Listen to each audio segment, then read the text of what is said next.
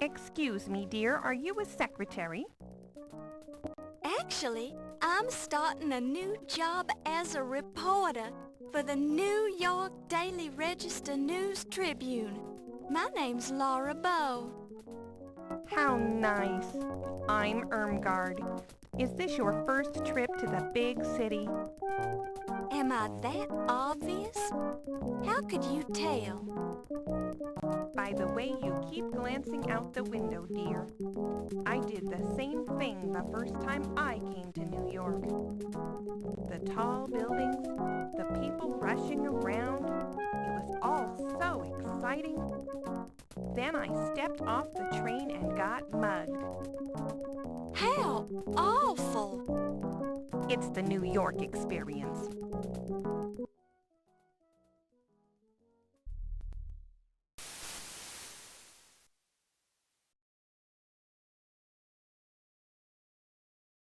Thank you, dear. You're very kind. I've enjoyed traveling with you. Do you need any help getting home?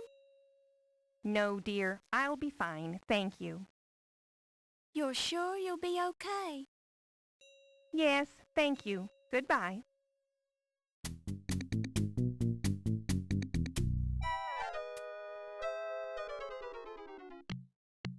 Goodness gracious! My suitcase! Can you spare a dime, miss?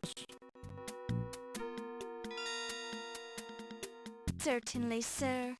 I'm always ready to help those who are less fortunate. Well, that's just peachy. Give me all your money then. Excuse me? Hand it over. This seems very unfair. Welcome to New York, kid.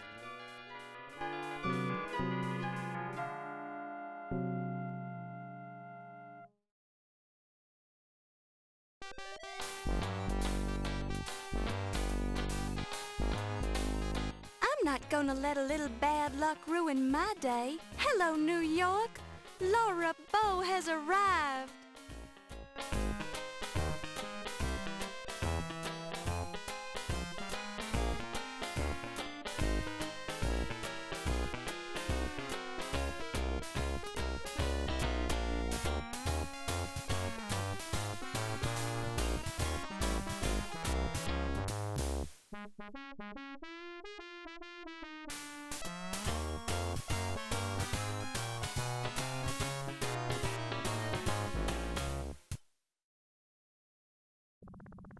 My destiny awaits.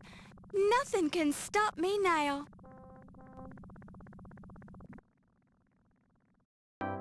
I really want to thank you for hiring me, Mr. Augustini. For hiring you? I don't even know who you are. I'm Laura Bow. I believe you know my father, John Bow. Ah, John Bow's daughter. Now I remember. How is he? He's fine, and he says hello. He wanted to know if you still had that newspaper clipping on your wall about the explosion of the Hindenburg building in New Orleans.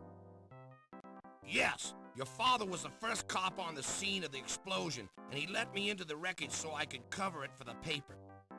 I rescued Rupert Hindenburg from his burning office, wrote about it, and made a name for myself as a reporter. I owe John a lot for that. Think you could handle being a reporter for a big city paper? I'll do my best, sir. We usually just hire men for this job. It's rough out there, and you're kinda small. But Mr. Augustini, just give me a chance.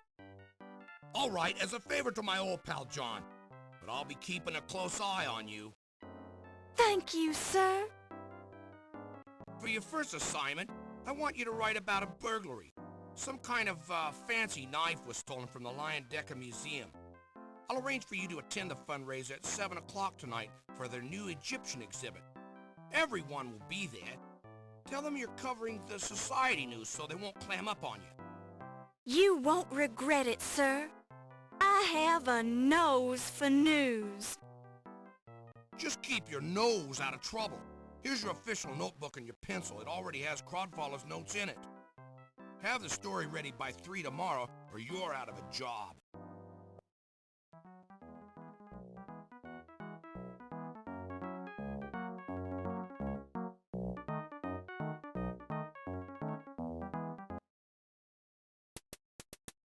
Laura Baines, right? Laura Bow, sir. And I believe you have the advantage. Crodfaller Rhubarb, ma'am, though you can call me Rube. So I suppose you've already met Sam. Yes, he's very colorful. Don't let him shake you. He's tough on the outside, but inside he's got a heart of stone. I'm sure he... Pardon me? What did you say? Never mind, just pulling your leg. Why don't you take this desk right here and we'll get you settled in? That's very kind of you. Mr. Augustini sort of left me on my own. I have to start on this story about a burglary at the Lion Decker Museum.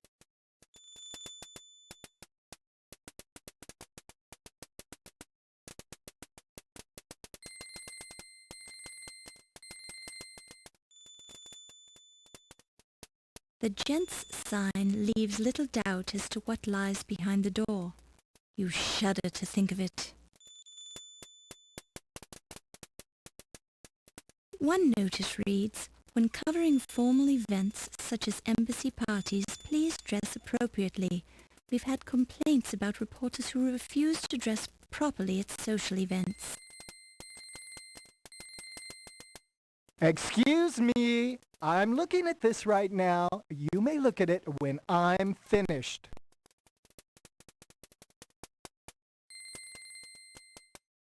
I hope I'm not intruding. I mean, if you were working on the burglary story. Miss Bow, please, it is not a problem. Yes, I'd started work on the story, but it's not your fault that it's been reassigned. That's just something I'll have to take up with Sam. Thank you, Mr. Rube.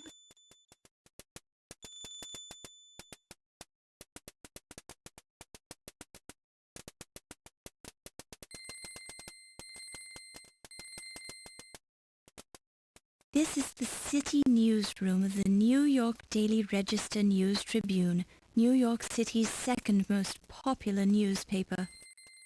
It's a beehive of activity. But as you look around the room, you notice with some dismay that all of the employees are male.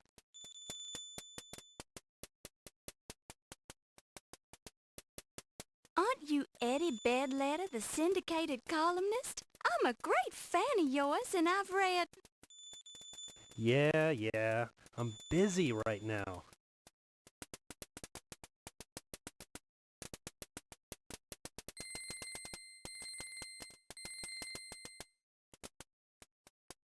This is now your desk. It's very old and looks like it hasn't been cleaned thoroughly in years, but it's sturdy and serviceable. This is the top drawer of your desk.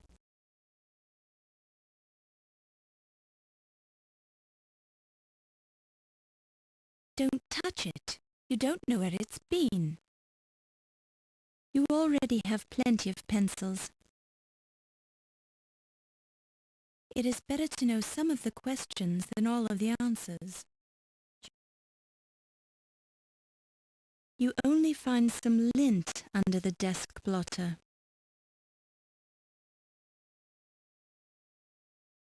You only find some lint under the desk blotter. Don't touch it. You only find... Don't touch it. You peel up a corner of the blotter to reveal a small key. You pick it up.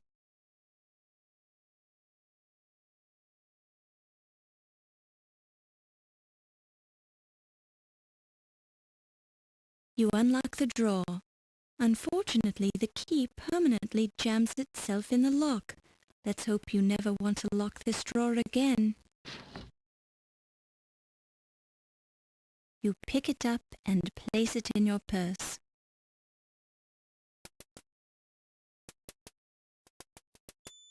It's a waste paper basket conveniently situated next to the desk.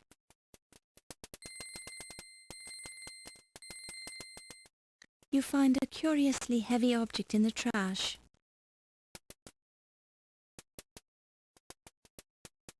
You pick it up and place it in your purse.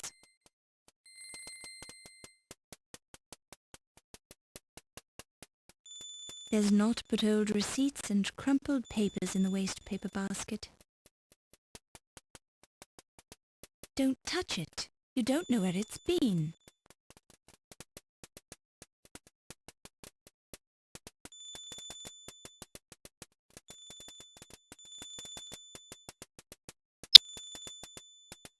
You can't go in there. That's the men's lounge.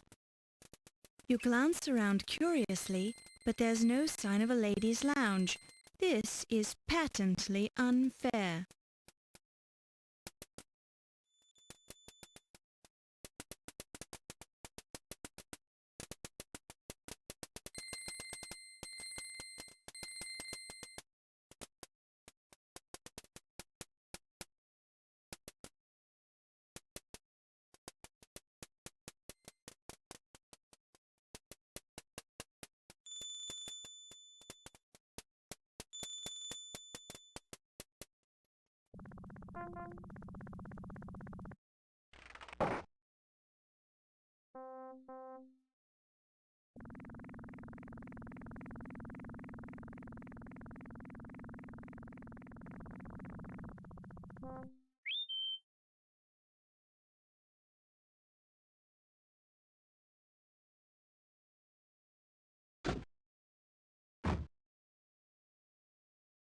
I'm sorry, madam.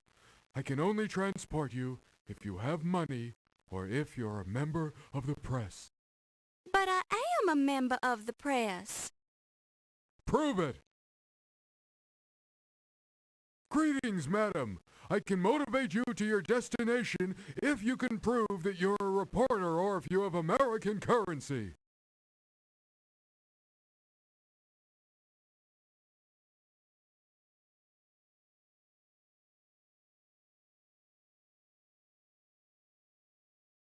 To what location would you like to be motivated, madam?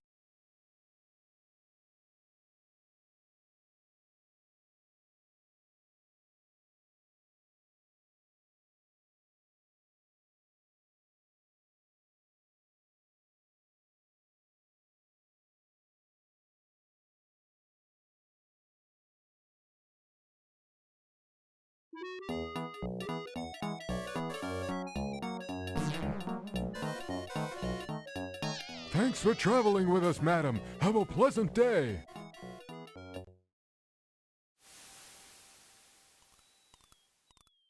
Hi.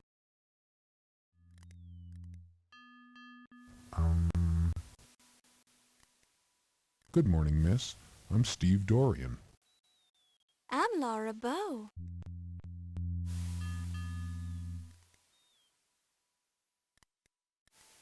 While this is an interesting approach, it serves no practical purpose.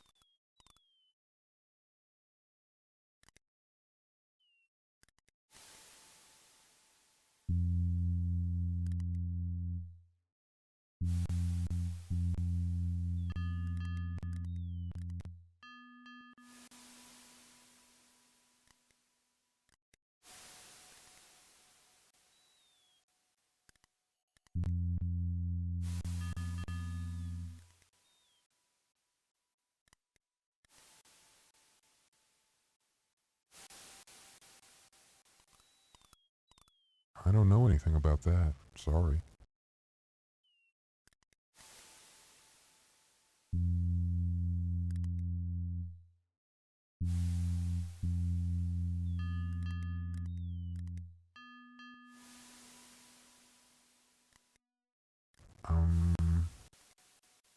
There was silence supreme, not a shriek, not a scream, scarcely even a howl or groan, as the man they called Ho told his story of woe in an antediluvian tone.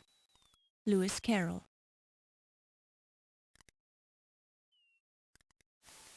The nameplate on the impressive steamship identifies it as the Andrea Doria.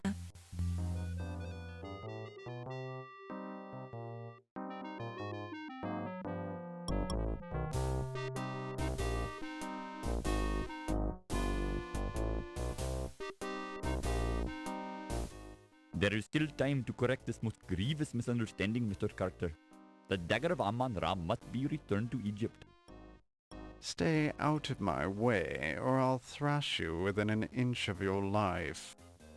Surely you can find a way to accommodate everybody's wishes. Who are you to tell me what I can do with my own property? Your property? What authority did you have? The authority of the Egyptian Antiquities Service. So if you don't like it, I suggest you waddle on back to Egypt and complain to your own government. Would it not be better to work this out diplomatically? This isn't a case for diplomacy. It's a case for your acceptance of the situation. It is not just my acceptance at issue, Mr. Carter. Frankly, some of our people are quite upset, moved to take drastic measures if need be. Are you threatening me, you malodorous little man? Mr. Carter, there are some who would rather fight back than allow their country to be stripped of its national treasures. Any fat savage who lays a finger on my exhibit, or threatens me, will find himself in deep trouble. Do I make myself clear? As clear as the water of the oasis, Mr. Carter.